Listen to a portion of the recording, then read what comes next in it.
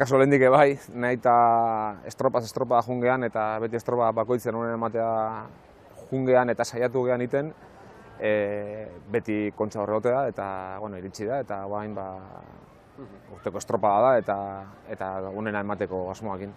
Urte asko dira Kontxako bandera etxean gelditzen ez dela. Aurten ligan erakutsitako maila honak Donostiarra hautagai nagusienetako bat izatea ekarri du. Baina dirudienez, eguraldia ez da Makazagari gustatuko litzaioken bezalakoa izango. Hemen beti mitiko izan den giroa ipar-mendebaldeko izan da. Ez da tokatuko noski, parteak ez du hori izaten, baina ipar-mendebaldetik eta itsasoa arrotzen danen eta nik uste estropa politena Kontxan orduan ematen diala. Igandean nor lehiatuko den jakiteko, gizonezkoek asteazkenean izango dute sailkatza estropada, baina Donostiarrak ez du bertan parte hartu beharrik izango. Aitortzen dugu, azkenen estropa ez jokatzea, hobe igandeari begira jokatzea baino, noski. Ne iruditzen zait azkenen datorren iganden, ligan lehenengo zortziak izan garenak momentu honetan egongo gehala. Goiz da favorito ez hitz egiteko, baina Hondarribiak eta Urdaibaik egin duten denboraldi ona ezin da ahaztu.